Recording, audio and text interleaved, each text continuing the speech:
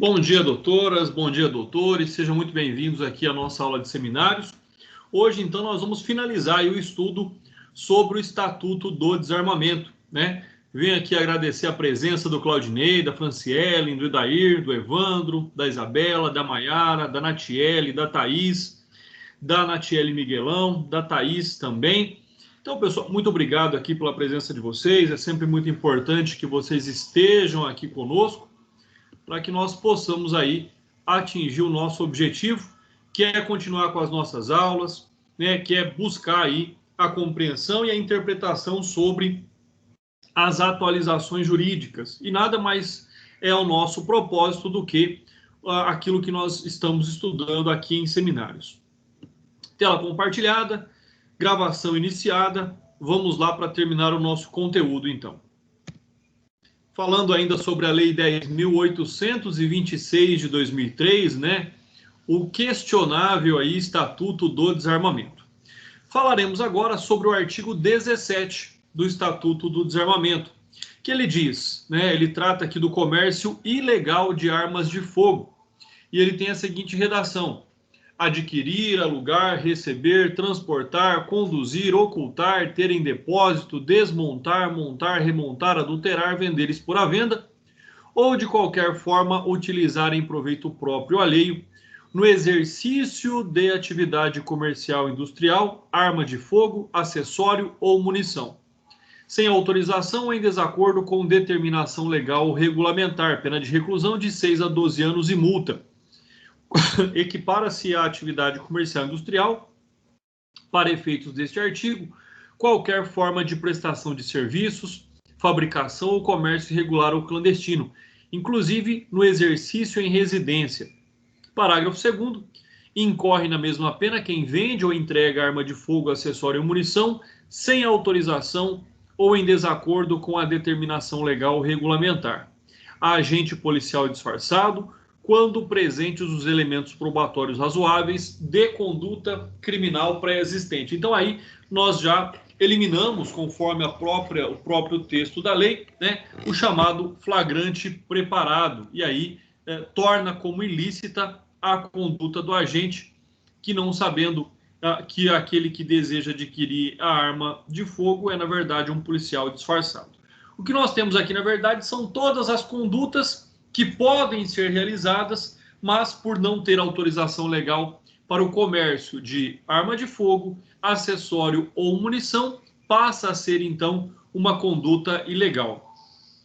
Um aspecto bastante importante, pessoal, é com relação aqui a destacar que, né, a partir aí do pacote anticrime da Lei 13.694 de 2019, este crime, o crime do artigo 17, passa a ser um crime também estudado e também constante do rol dos crimes hediondos. Então agora, pessoal, esta conduta está presente lá no inciso, no parágrafo único, melhor dizendo, no artigo 1º, parágrafo único, inciso 3º da Lei 8.072/90, tá? Então, ou seja, o que nós tivemos foi aqui uma derrogação do Decreto-Lei 3688 de 41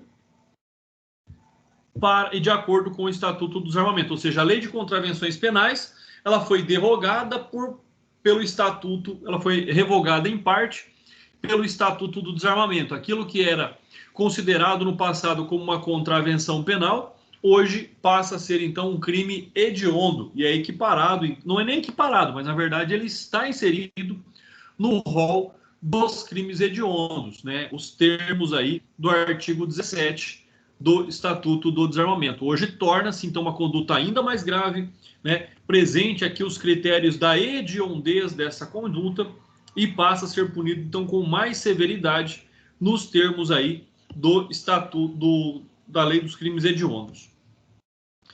Uma outra questão aqui é em relação a um outro aspecto, né?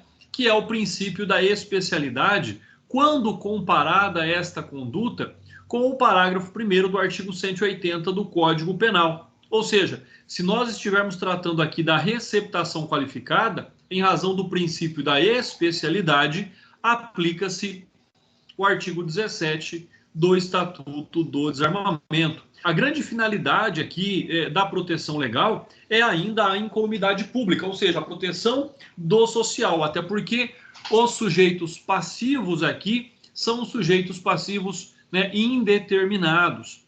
Quanto ao sujeito ativo, nós estamos aí diante de um crime próprio, já que ele trata como condição necessária para a prática do ilícito ser um comerciante, ser alguém que está ali dedicado à comercialização de arma, acessório ou munição. Então, ele é um crime próprio, já que ele está vinculado à prática regular ou até mesmo irregular, né, comercial ou industrial.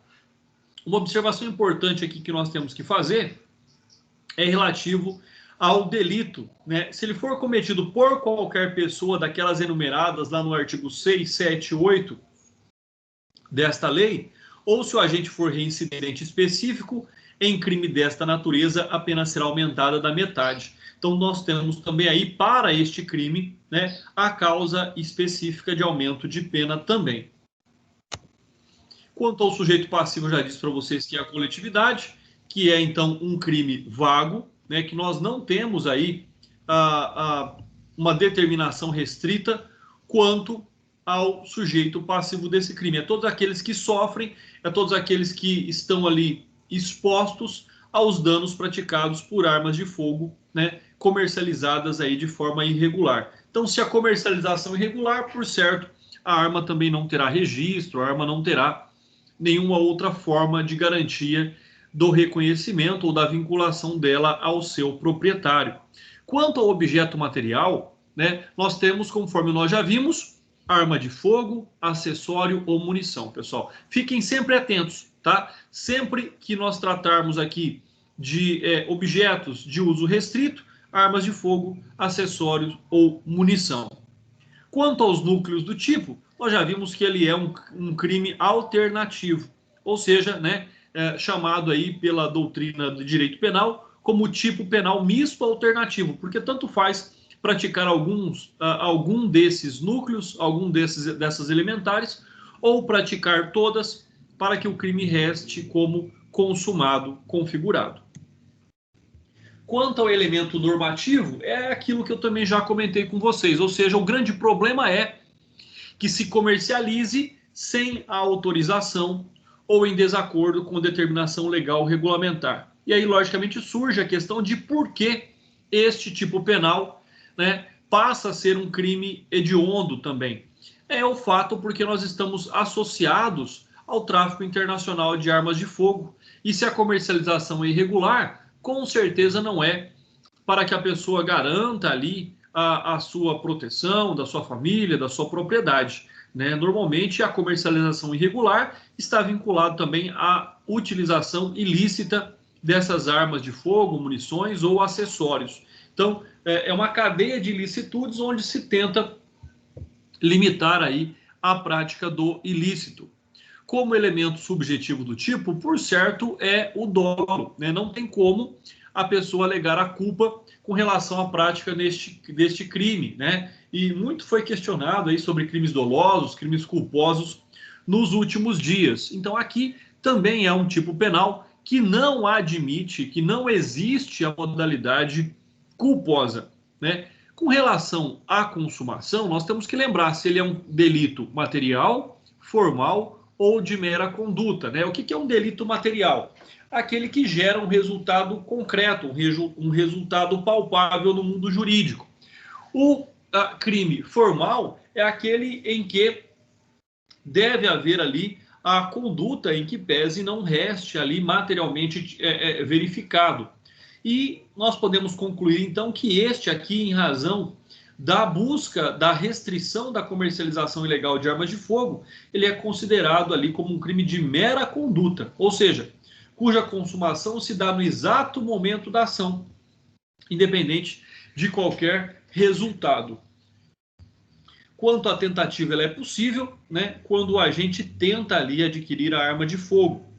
Um outro fato é que ele se trata aqui de um crime de perigo abstrato, porque por mais que essa arma nunca seja disparada, por mais que essa munição nunca seja deflagrada, ainda assim ela tem a potencialidade lesiva e expõe a sociedade a um risco. Tá? A ação penal, né, como é regra geral aí para esses crimes, ela é ação penal pública incondicionada de competência do Ministério Público para a apresentação da denúncia. Quanto às figuras equiparadas, ela foi inserida aí já agora em 2020, né, para dar maior eficácia aí a busca e as investigações policiais. Então, ela exime aqui de responsabilidade o agente policial que, quando disfarçado, né, talvez aí induza ou conduza ou busque a realização de uma comercialização ilegal de arma de fogo. E, por certo, garante a punição àquele que, de forma ilegal, né, vende, entrega, empresta arma de fogo, acessório ou munição a alguém. Uma questão aqui ainda bastante interessante é a criação de uma nova técnica especial de investigação e também de atuação do agente policial, que seria o agente policial disfarçado, pessoal. Para contrariar o que diz a doutrina, não sei onde isso é novo, mas de fato é uma técnica importante na busca aí de informações, de demonstrações probatórias da prática aí do ilícito, mas não vejo isso como nada novo. Artigo 18, tráfico internacional de armas de fogo. Então, percebam aquilo que eu já vinha falando, né? O artigo 17, ele é, talvez, o final do percurso desta arma ilegalmente importada para o nosso território nacional. Nós sabemos que o tráfico internacional de armas de fogo acontece principalmente aqui em países lindeiros da América do Sul. E a redação do artigo 18 é importar, exportar, favorecer a entrada ou a saída do território nacional a qualquer título de arma de fogo, acessório ou munição, sem autorização da autoridade competente. Pena de reclusão, ou seja, inicialmente em regime fechado, de 8 a 16 anos e multa. Então percebam também o quanto aí o artigo 18, né, é um artigo que ofende e agride a pacificação social, e um artigo também que tem aí, tem sim esculpido também como um crime hediondo, né? O parágrafo único ele diz que incorre nas mesmas penas, ou seja, traz aí as condutas equiparadas do tráfico internacional de armas de fogo para aquela pessoa que vende e entrega arma, acessório ou munição em operação de importação sem a autoridade competente, né? Agente policial disfarçado quando presentes elementos probatórios razoáveis de conduta criminal pré-existente. Então, olha só, incorre na mesma pena quem vende ou entrega arma de fogo, acessório ou munição em operação de importação sem autorização legal da autoridade competente ao agente policial disfarçado. Então, cita-se mais uma vez, né, a regulamentação aí do policial disfarçado, que em tese estaria praticando um ilícito, só não está, porque de fato ele tem a competência investigativa para a prática do ilícito. Da mesma forma, como eu já havia dito, também está ali inserido no rol do artigo 1º, parágrafo único, inciso 4º, da Lei dos Crimes Hediondos, né? Então, nós temos aí também esta outra inserção, essa outra alteração aí, de 23 de janeiro do ano de 2020. Então, bastante recente aí também esta inclusão, esta atualização da Lei dos Crimes Hediondos. Assim, da mesma forma como os crimes anteriores, a objetividade jurídica é a incolumidade pública. Aqui difere do artigo anterior, quando o sujeito ativo é um sujeito comum e não um sujeito próprio, né? Conforme dito aí em relação ao artigo anterior. Aqui é um sujeito comum. Qualquer pessoa pode aí praticar este crime desta forma. Bom, nós temos aí com relação ao sujeito passivo, já falamos, é a coletividade, né? Cuida-se de um crime vago também, da qual os sujeitos passivos devem ser aí devidamente observados. Com relação ao núcleo do tipo, também é um núcleo penal misto alternativo, né? Ou seja, são situações, são condições dos quais nós temos aí que observar, nós temos aí que compreender que praticado uma única ação ou mais de uma ação, ela deve e pode aí ser considerada como crime consumado.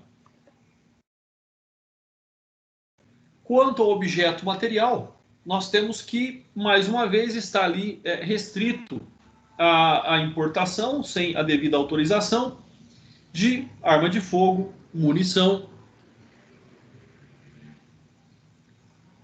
ou acessório, né? E aí fica uma questão: haverá esse crime do artigo 18 se a arma for de brinquedo, simulacro ou réplica de arma de fogo? E aí, logicamente, por não ter potencialidade lesiva, não configura a prática do ilícito do artigo 18 aí do Estatuto do Desarmamento.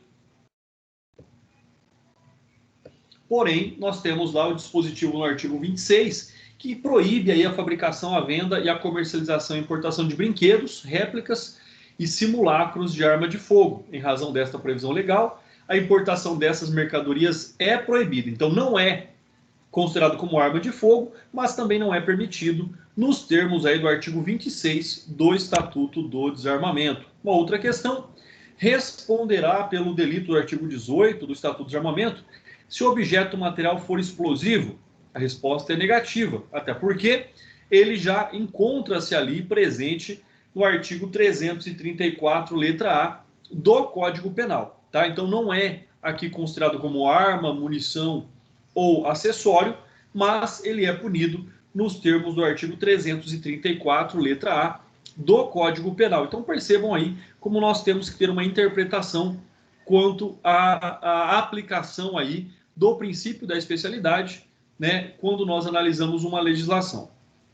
Aqui, da mesma forma, ao artigo anterior, a vontade do agente ela deve ser considerada como dolosa e não culposa, já que também não existe aqui a prática do delito na sua modalidade culposa, que ali está alicerçada na imperícia, imprudência ou negligência, pessoal. Assim também como, né, no artigo anterior, já que eles carregam aí o mesmo critério, que seria a prática da conduta sem autorização da autoridade competente. Ou seja, se a autoridade competente autorizar, não há ilícito. Aqui o que se determina é a responsabilidade e a fiscalização da autoridade competente, né?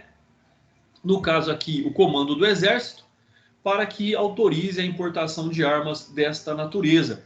E aí, o artigo 24 também trata deste tema. Ele vai dizer: excetuadas as atribuições a que refere o artigo 2º desta lei, compete ao comando do Exército autorizar e fiscalizar a produção, exportação, importação, desembaraço alfandegário e o comércio de armas de fogo e demais produtos controlados, inclusive o registro e o porte de arma de fogo de colecionadores, atiradores e caçadores. Nós temos aqui, então, uma competência, ou seja, sobre esse aspecto da importação e exportação de arma de fogo, compete à Justiça Federal, por existir interesse na União, quando nós falamos em fiscalização da zona alfandegária, conforme lá prescrito no artigo 109, inciso 4º da Constituição Federal. Se estamos falando, né, da entrada ou da saída de armas, munições ou acessórios do país, logicamente que existe ali a responsabilização da fiscalização alfandegária, por isso que é competência aí da Justiça Federal. Consumação também é um crime de mera conduta, ou seja, ali considera ser praticado o crime no momento da conduta, né, descrita aí no tipo penal. A tentativa também é possível quando a arma não chega, a arma, munição, acessório, não chega a entrar ou não chega a sair do território nacional. Aqui, mais uma vez, ele vem falar sobre o agente policial disfarçado, essa autorização legal que existe para o combate a esta espécie de ilícito, mas também compreendo que não é nenhuma conduta inovadora. Pessoal, vamos falar um pouquinho sobre a liberdade provisória, né, que é disposta aí nos artigos 21, né, em relação aos crimes previstos nos artigos 16, 17 e 18. Então, não cabe liberdade provisória quando estivermos diante aí daquilo que diz os artigos 16, 17 e 18. Porém, vejamos já que esta é uma conduta extremamente questionável.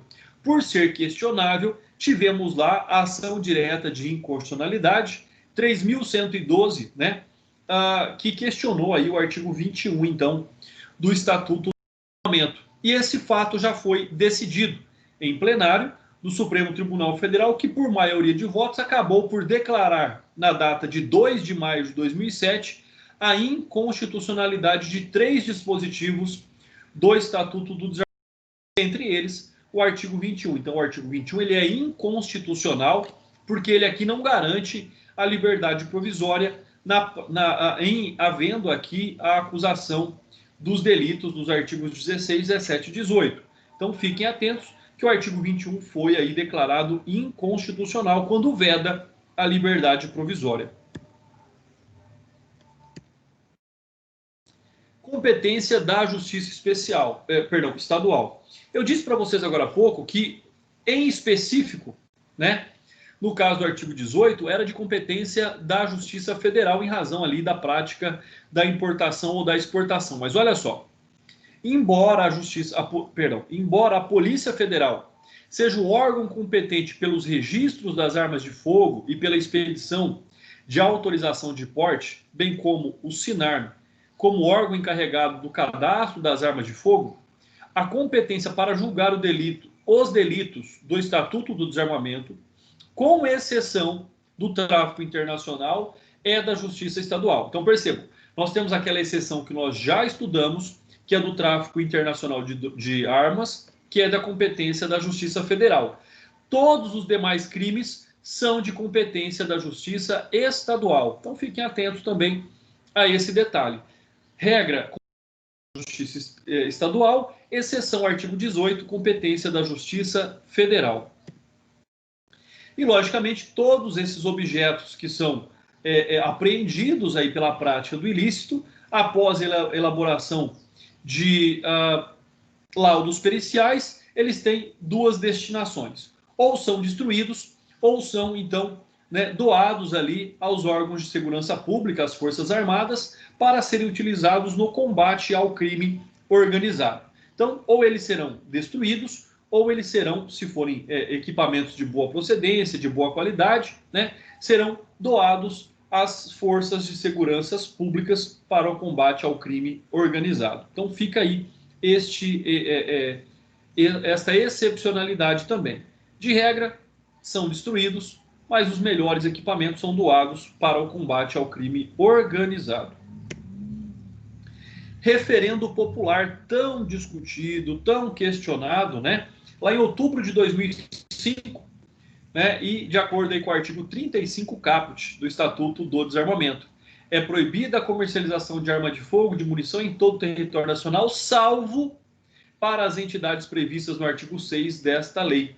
Foi submetido a um referendo popular, ocasião em que a maioria da população rejeitou tal proibição. Com isso, não se encontra proibida a venda de armas de fogo ou munição no território nacional. E mais, o referendo popular foi também no sentido de que a população decidiu que é um direito de todo cidadão de bem ter acesso à posse e ao porte da arma de fogo, desde que preencham requisitos objetivos e não requisitos subjetivos.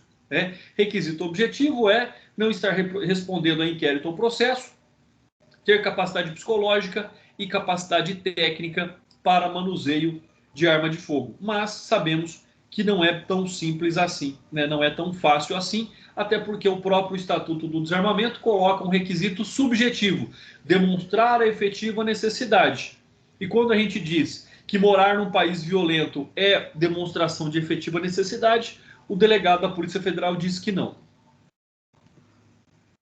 Banco Nacional de Perfis Balísticos, pessoal, é extremamente importante, aí criado também pelo Estatuto do Desarmamento, que é fundamental que tenhamos ali, assim como os bancos nacionais de perfil genético, o Banco Nacional de Perfil Balístico, ou seja, características de armas que são reiteradamente utilizadas na prática de ilícitos, o que vai então demonstrar ali a trajetória da utilização da arma para a prática do crime, bem como as pessoas que possivelmente podem estar então envolvidas. Nos termos da lei, o Banco Nacional de Perfis Balísticos tem como objetivo cadastrar armas de fogo e armazenar características de classe e individualizadoras de projéteis e de estojos de munições deflagrados por armas de fogo, logicamente ali, quando na prática de ilícitos.